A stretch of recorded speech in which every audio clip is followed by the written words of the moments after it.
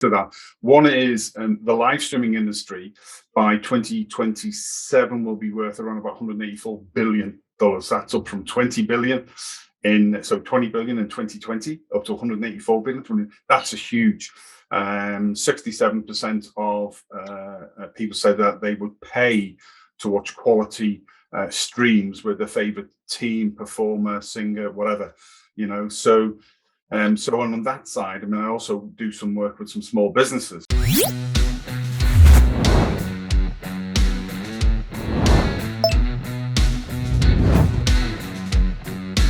Hey everyone, and welcome back to the Sporting Gold Podcast. And today I'm here with Joe Sheppard. And Joe, first of all, thanks for taking the time. How's everything going? Yes, absolutely superb. It's quite warm here on the east coast of Ireland. It's raining outside, but it's very, very humid. I think we're getting the touches of what you've got in Central Europe there. So it's great, and thanks for the invite on. It's been crazy warm these last few weeks, especially in Portugal. I think as in the region, it's a bit too much sometimes, but we make the most of it. But I do have some friends in Ireland. I heard it's been quite warm as well, and yeah, it's been humid here too. But again, thanks for taking the time. Obviously, it's great to share your story and some of the cool stuff that you're doing, at Rugby Academy Ireland, and there's a lot of cool stuff. And I thought, first and foremost, it would be nice to kind of, just take us a little bit how your journey in the sport industry began. Just take us a little bit through your background and how you, I guess, fell into the sport industry. Yeah, too easy. I had a background. I spent a long time in the UK forces. I'm working for NATO and the UN. So involved in policing, security, intelligence, both hostile and benign environments.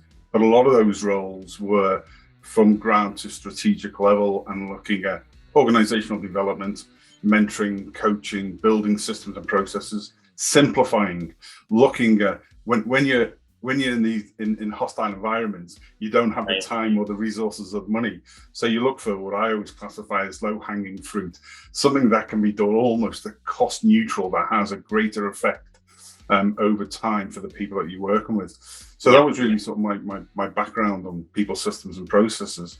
And I retired when I was 50, moved back to Ireland, and I also run a series of live online rugby chat shows through the 3BOD Rugby group. And so I came across Rugby Academy Ireland, and I was promoting what they were doing because I really loved the ethos of what they were about inculcating the next generation into the sporting industry. And then from that, about 5 months ago, the two directors, Johan Taylor and Dan Funsale, asked, would you come on board and do some stuff with us? So that's how I fell into it, And as I said off camera before, I did sort of rugby and judo and stuff like that when I was younger. I didn't start, football and judo. I didn't start playing rugby till I was 21. I get some long-term injury, so you can't play anymore. And so I've really enjoyed that engagement piece with people across the globe. I found a way through virtual studios about 4 years ago, before it became fashionable. And that was a great way of being able to meet like-minded people once a week or once a month across the globe and chat about what we love, which was sports, rugby.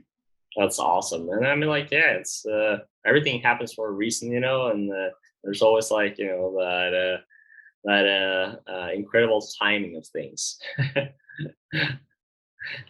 And I wanted to obviously you're the head of engagement at Rugby Academy Ireland, and I want you to share a little bit more about Rugby Academy Ireland, a little bit about its purpose. Tell us a bit more about, so people are kind of more aware of what you guys are doing and how it works sort of.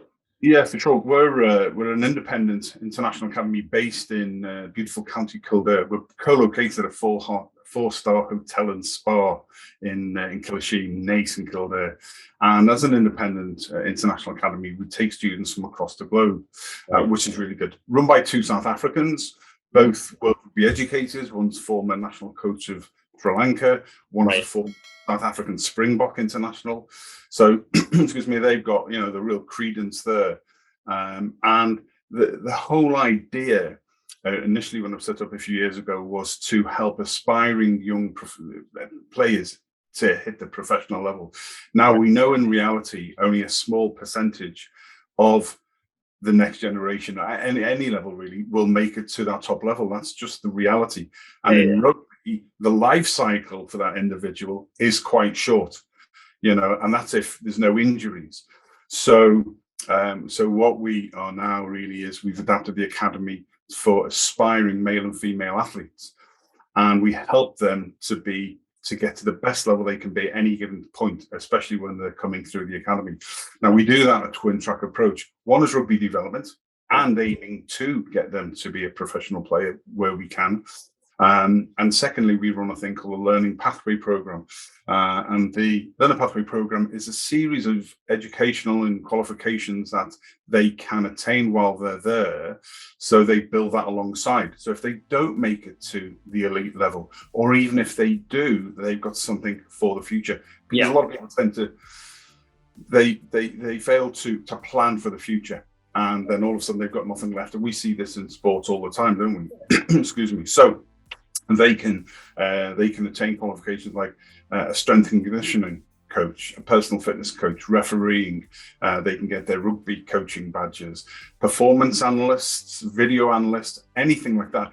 So that not only gives them a wider skill set that they can use both now alongside what they're doing and especially in the future, but more importantly, keeps them in the sporting industry, in the arena, because the amount of players that we're losing in rugby, once they get to a certain, we've got youngsters now between sort of 16 and 25. When the youngsters get to a certain age, they then just fall by the wayside. If they don't make it to, a regional or a county level, they piss off. And what a loss to the sport and to the sporting industry is. So that's why we run this twin track approach and try and look long term. And often both the parents and especially the students don't realize there are other roles within the sports industry, within rugby, that they could do and they can make money out. So if I may give an example, we've got an 18-year-old girl who graduated 2 years ago. Yeah. She is on a professional contract with the Irish women's sevens team. Nice. Traveling around the globe at 18 on a centralized contract, playing in the HSBC circuit. How cool is that? Yeah. We had another lad who didn't quite make it to that tier 1 level, but is by personal fitness coach, strength and conditioning coach, and he's building a very successful role as an young influencer on TikTok as well. He's likely to go to university on the qualifications that he got through being with the academy. Right. How cool is that they can use the qualifications they gain with us to make money straight away, as opposed to UK and Ireland, perhaps, where you get grants of money to go to university, and then you've got to pay that money back for what will seem like forever. Whereas these youngsters can start making money, but it keeps them within that industry, and that's a really important facet of what we do, and it's very expandable across other sports, not just in rugby, really. Oh, 100%. I think it's a really valuable pathway, for a lot of the young people, because once you go kind of like the pathway of, okay, I want to be a professional athlete, it's kind of like you put everything else on the side. And I think it's just like kind of the mentality as well, because being kind of like thought of like, okay, but if you're gonna be best, you have to just focus on this, right? But you see it more and more as well on, I would say, even in the professional landscape, if they have professional contract, they're trying to, take their education, they're trying to do things to kind of like, at some point, this career is going to be over, and they can be next year, it can be in a month, it can be, in 5 years. You don't really know when it comes to sport. And the more you can kind of prepare for that, and I think, of course, not only for them as people, and their personal development, but for the sport itself, it's extremely, extremely important, because a lot of them, and we see this every time too, is that a lot of people want to be in sport, they just don't know where to go, where to start. So it's a really great way of kind of like just kick-starting or creating that awareness. And if that's the pathway they want to take, at least give them a framework in order to help do so. So I think that's very, very important. It is, excuse me, and the likes of yourself, I think what resonated for me as an individual and us as an academy is Sport and Global has the opportunity to become the LinkedIn for sport. Because of the links and what you're doing, I think that resonates with as well. Because as an academy, on our long 8-month course, once the students graduate, we are one of the few academies that we know of who actually guarantee them a trial with a team commensurate to their level somewhere across the globe.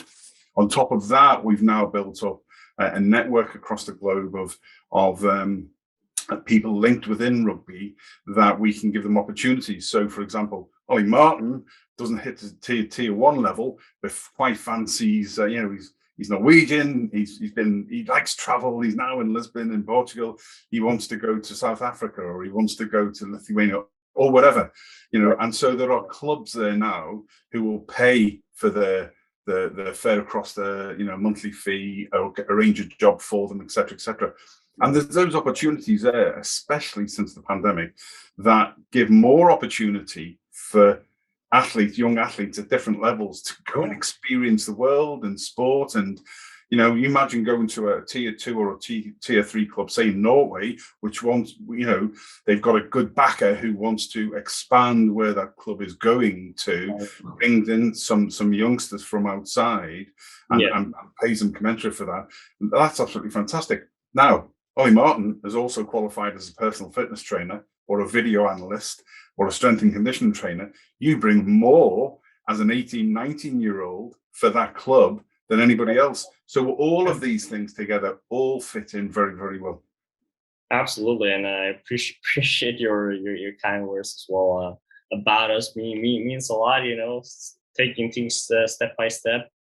We're working together, in order to make an impact, and I think that's a very important part when you're trying to change a part of the industry. You always got to think about how to provide the value, and at the end of the day, just making life a little bit easier for people. And that's how we're doing it. But I'm talking a bit about, obviously, as the head of engagement, talk a bit about specifically more about some of the key responsibilities and some of the tasks that you're working on. Well, I obviously, given my background, I had a sort of varied skill set from the ground tactical to strategic level. Yeah. But I came in as head of engagement to gain them some new followers, to raise awareness of what the academy is doing and where it's doing it and the opportunities available. Yeah. So for me, I've always worked this belief that there's 7.2 billion people in the world, one big Joe Sheppard. Only fair that I get a chance to speak to you all at some point. It sounds pretentious, but I love that. It's great. This is the next best thing to me being able to jump on a plane and go to Lisbon and meet you. Right.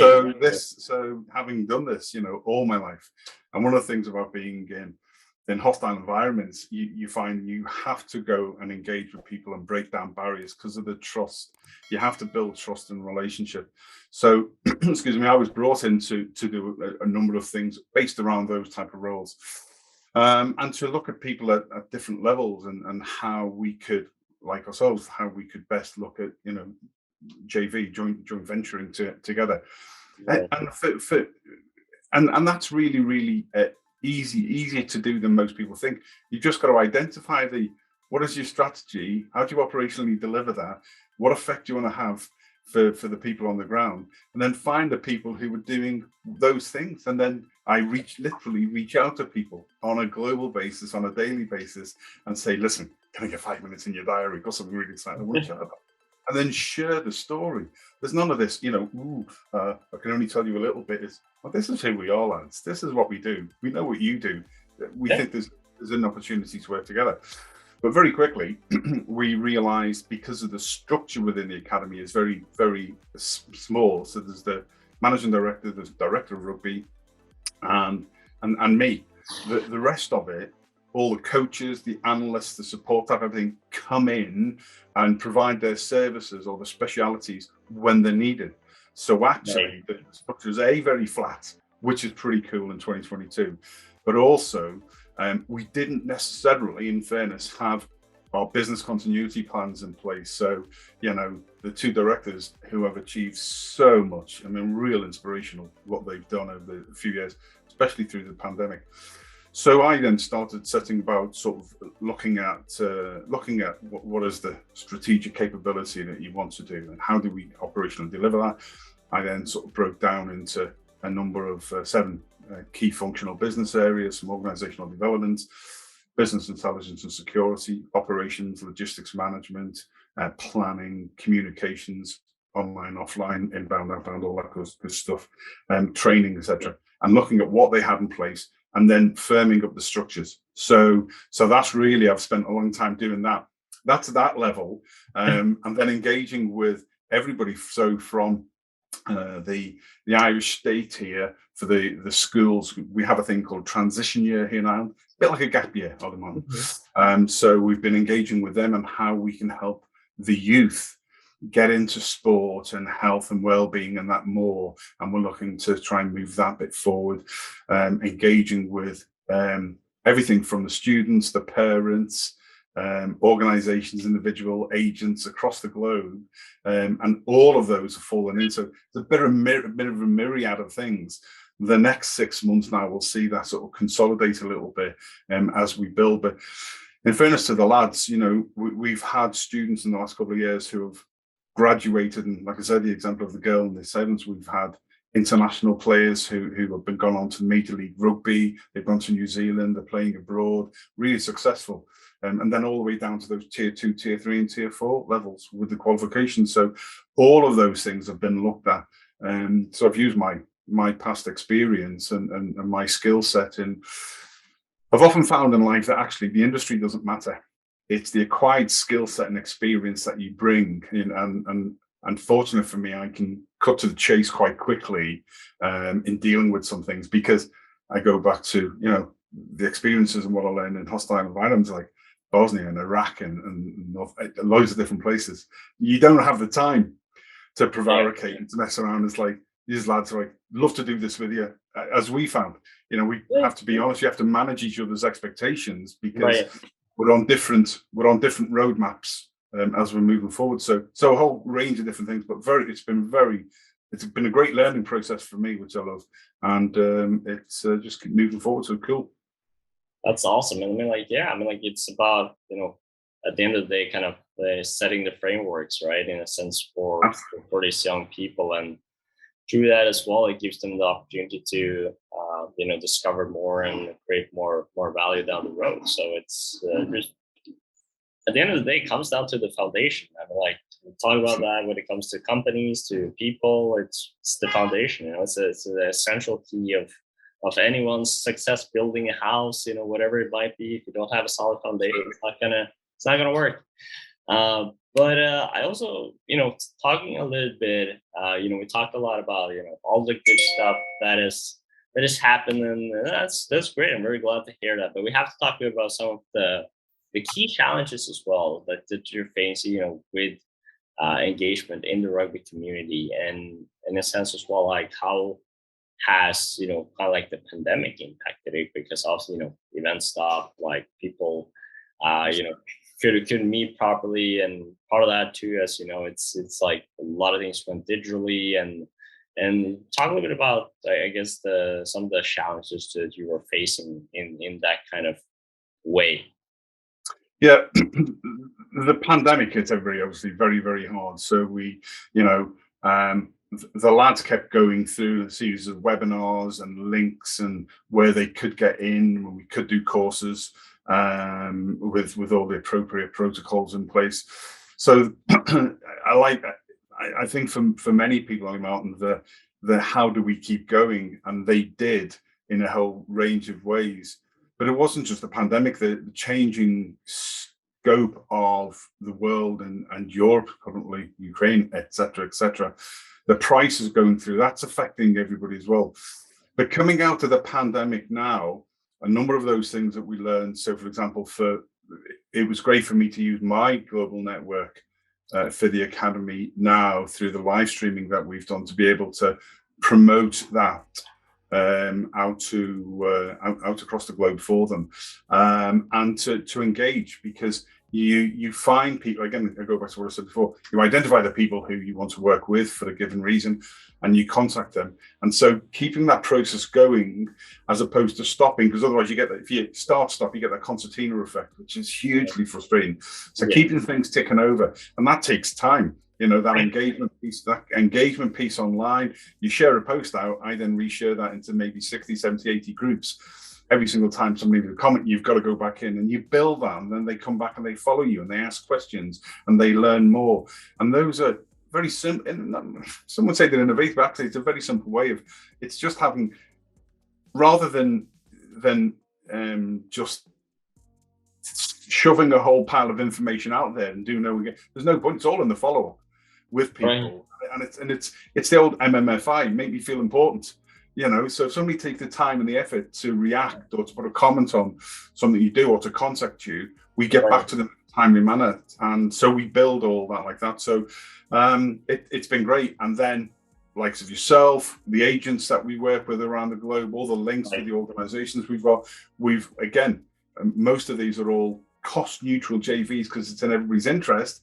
And we've built a very successful network in a relatively short period of time, notwithstanding that there's two guys that are international coaches, one's a former international player, and using their networks and saying to people, we're not just in this for the short term, we want to work with people in the long term and building that. So that's been relatively easy for us. And that's just, now we've come out and we're really running again. That's just bounced up and up and up, which has been cool.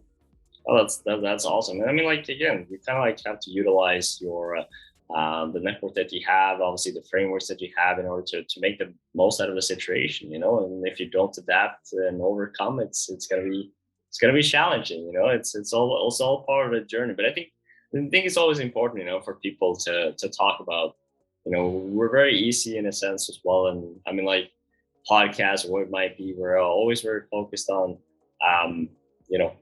there's a lot more than just the good stuff, that is happening. And so we need to talk about, both the good and the bad and some of the challenges that people are facing, because I'm like, if we're trying to educate the new generation of sports leaders, they need to know like what are some of the challenges that they will face. And a lot of the things like that you don't really know until you're in there, so the more we can prepare, as you were talking about, like, preparing these young people for a better chance to, whether that's as athletes or working in the industry, you need those frameworks and tools around you to help you. So it's all part of the process. It is, but I mean, even just the basic down to costs at the moment. So great, we're co-located at a 4-star hotel and spa, beautiful. But the costs associated with all of that rising and travel and everything like that and getting people there now, it's all gone through the roof exponentially. And in the last few months, just after COVID.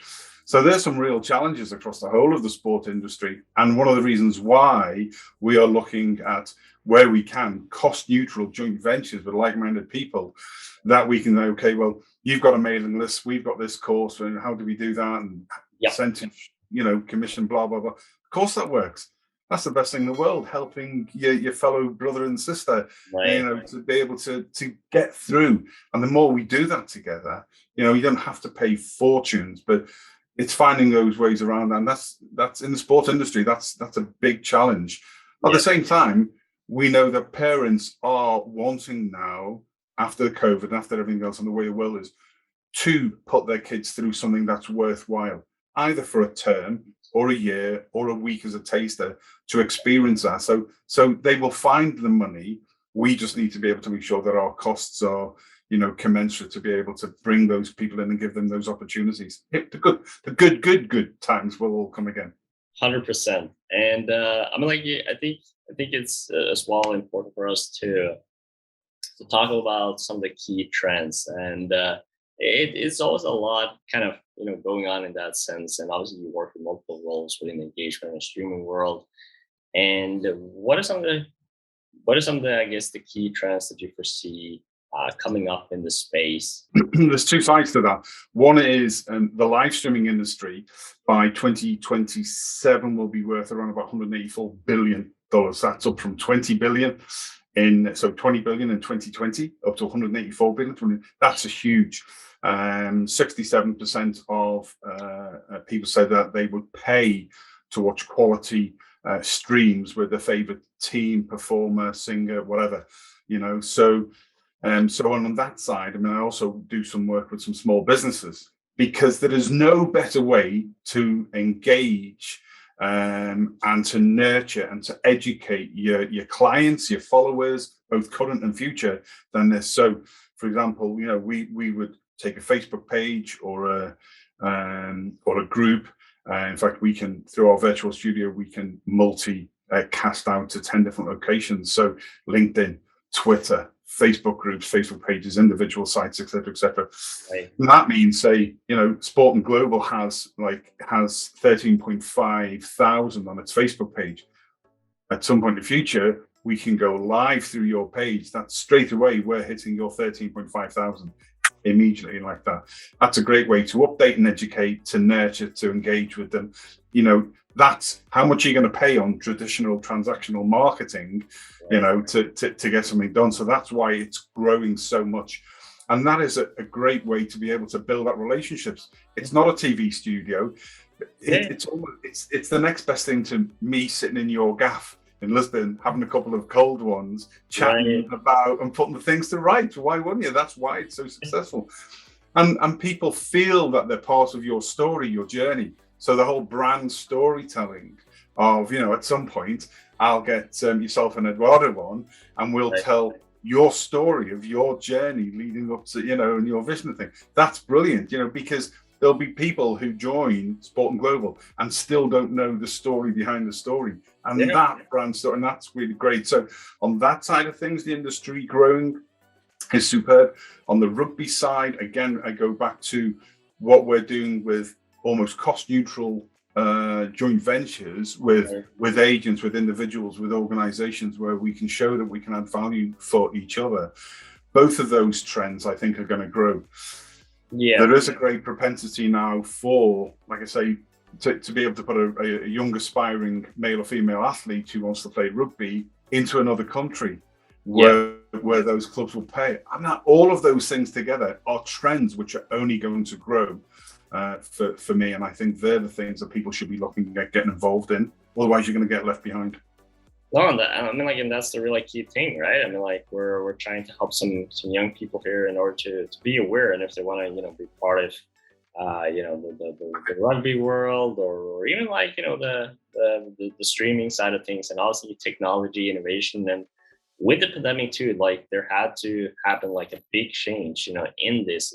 Obviously, the industry was already kind of on its way, but it's just had to ramp up in a much 100% faster element, which obviously indicates based on the expected valuation of the streaming side of things.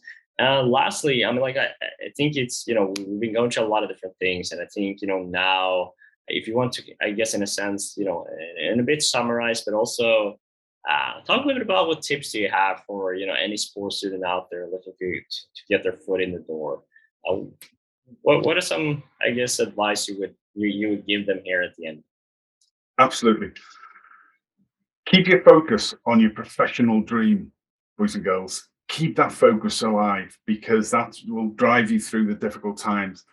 But remember, don't let anybody fool you that there's a long-term industry within sport. Some sports will be longer than others, yes, but build something alongside what you're doing. So get yourself, if you're academically minded, get yourself an MBA or a degree or something that you can do alongside that.